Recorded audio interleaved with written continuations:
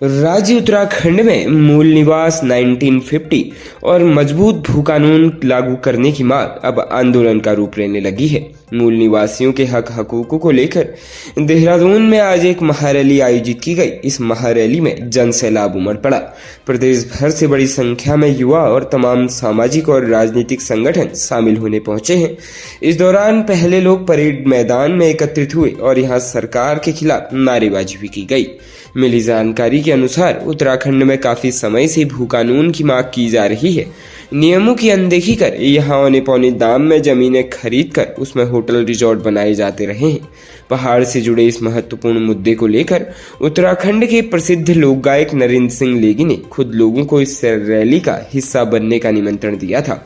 विधानसभा चुनाव के दौरान युवाओं ने सशक्त भू कानून और मूल निवास की मांग जोर शोर से उठाई थी। आज उत्तराखंड में मूल निवास कानून लागू करने और इसकी कट ऑफ डेट 26 जनवरी 1950 घोषित किए जाने और प्रदेश में सशक्त भू कानून लागू किए जाने की मांग को लेकर देहरादून में उत्तराखंड मूल निवास स्वाभिमान महारैली का आयोजन किया गया।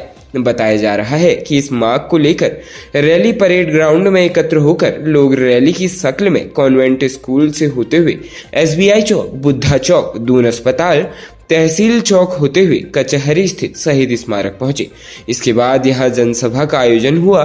मूल निवास भू कानून समन्वय संघर्ष समिति के संयोजक मोहित डिमरी ने कहा कि यह उत्तराखंड की जनता की अस्मिता और अधिकारों की लड़ाई है। सरकार की ओर से विभिन्न माध्यमों से संघर्ष समिति से जुड़े सदस्यों से संपर्क कर रैली को टालने का अनुरोध किया गया था। प्रदेश के सरकारी विद्यालयों में 1 जनवरी से सर्दियों की छुट्टियां पड़ रही है, लेकिन इस दौरान उत्तराखंड बोर्ड के 10वीं और 12वीं के छात्रों के लिए वर्चुअल कक्षाओं के माध्यम से विंटर कैंप आयोजित होंगे। समग्र शिक्षा के अपर राज्य परियोजना निदेशक डॉक्टर मुकुल कुमार सती ने इस संबंध में सभी मुख्य शिक्षा अधिकारियों को निर्देश जारी किया है। प्रदेश के सभी CEO को जारी निर्देश में कहा गया कि 1 से 14 जनवरी तक विंटर कैंप का छात्र हित में लिया गया है। इससे बोर्ड परीक्षाफल में सुधार होगा। निर्देश में कहा गया कि ऐसे हर स्कूल में जहां वर्चुअल कक्षाएं स्थापित है, इस अवधि में कक्षाएं खुली रहेंगी, जिनमें कक्षा 12वीं के छात्र छात्राओं को अंग्रेजी, भौतिक विज्ञान, गणित, रसायन विज्ञान एवं जीव विज्ञान विषय को पढ़ाया जाएगा, जबकि कक्षा 10वीं के छात्र छात्राओं के विज्ञान, गणित व अंग्रेजी के प्रश्न पत्र विषय विशेषज्ञों के सहयोग से हल कराए जाएंगे। राज्य उत्तराखंड के अल्मोड़ा में दिसंबर 2023 आगामी 26 दिसंबर से 31 दिसंबर तक महाराष्ट्र पुणे में होने वाली राष्ट्रीय विज्ञान प्रदर्शनी हेतु अल्मोड़ा के 3 छात्र इंटर कॉलेज सिनार भिकियासैंण के हर्षित बिष्ट, विवेकानंद इंटर कॉलेज अल्मोड़ा से मानस बिष्ट तथा राजकीय इंटर कॉलेज बसेड़ी से यश तिवारी का चयन NCERT द्वारा किया गया है। यह तीनों छात्र राष्ट्रीय प्रतियोगिता में उत्तराखंड का प्रतिनिधित्व जिला विज्ञान सामान्य विनोद कुमार राठौर के नेतृत्व में करेंगे। बताया कि हर्षित बिष्ट द्वारा दिव्यांगियों के लिए एक ऐसे ट्रैफिक सिग्नल बनाया गया है जिससे दिव्यांग व्यक्ति बिना किसी सहारे के आसानी से ट्रैफिक सिग्नल पर रोड क्रॉस कर सकते हैं।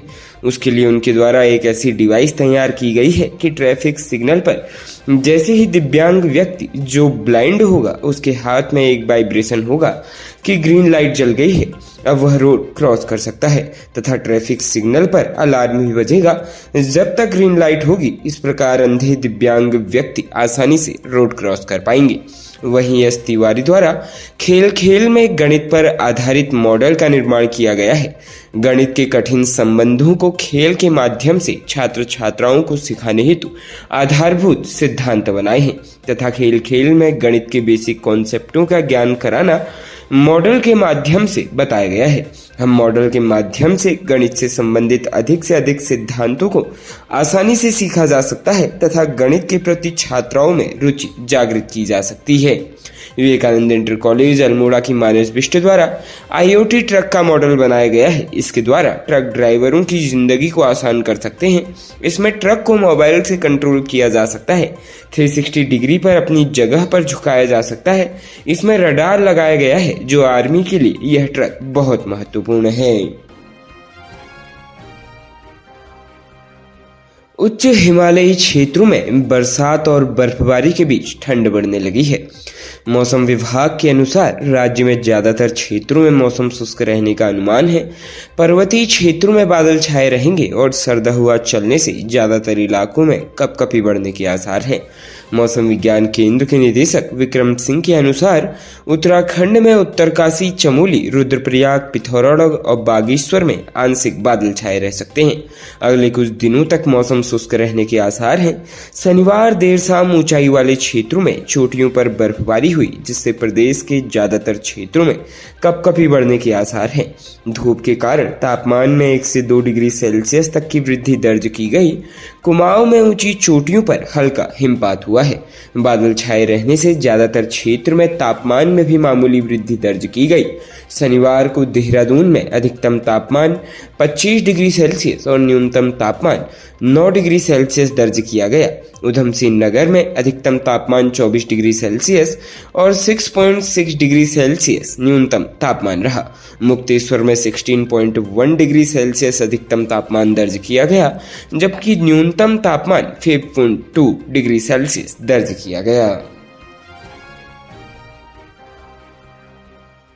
सीमांत के रंग समाज के लोगों ने पर्यटन विभाग और केएमवीएन के द्वारा MI-17 हेलीकॉप्टर से आदि कैलाश और ओम पर्वत के दर्शन कराने के प्रस्तावित प्रोजेक्ट का विरोध किया है। धारचूला मुख्यालय में व्यास ऋषि मेला समिति के अध्यक्ष मदन नबियाल के नेतृत्व में शनिवार को उप जिलाधिकारी के माध्यम से जिलाधिकारी को ज्ञापन भेजा। समिति के महासचिव राजेंद्र नबियाल ने कहा कि सीमा पर सड़क पहुंचने के बाद 80 से अधिक स्थानीय ग्रामीणों के द्वारा बैंक से लोन लेकर होम स्टे तथा वाहन खरीदकर रोजगार शुरू किया है। ऐसे में हेलीकॉप्टर से 2 दिन में यात्रा होने पर स्थानीय लोगों का रोजगार ठप पड़ रहा है। हिमालयी क्षेत्र के पर्यावरण को भी नुकसान पहुंच रहा है। उन्होंने कहा कि सीमांत वासियों की अनदेखी होने पर आंदोलन किया जाएगा। इस दौरान पूर्व पालिका अध्यक्ष अशोक नबियाल, कृष्णा गर्ब्याल, दीपक रोंगली, दीपक आदि मौजूद रहे। खबरों में बने रहने के लिए धन्यवाद। खबरों से प्रकाशित रहने के लिए कुमाऊनी कुटुंब को सब्सक्राइब करना न भूलें तथा खबरों को शेयर कर सहयोग प्रदान अवश्य करें।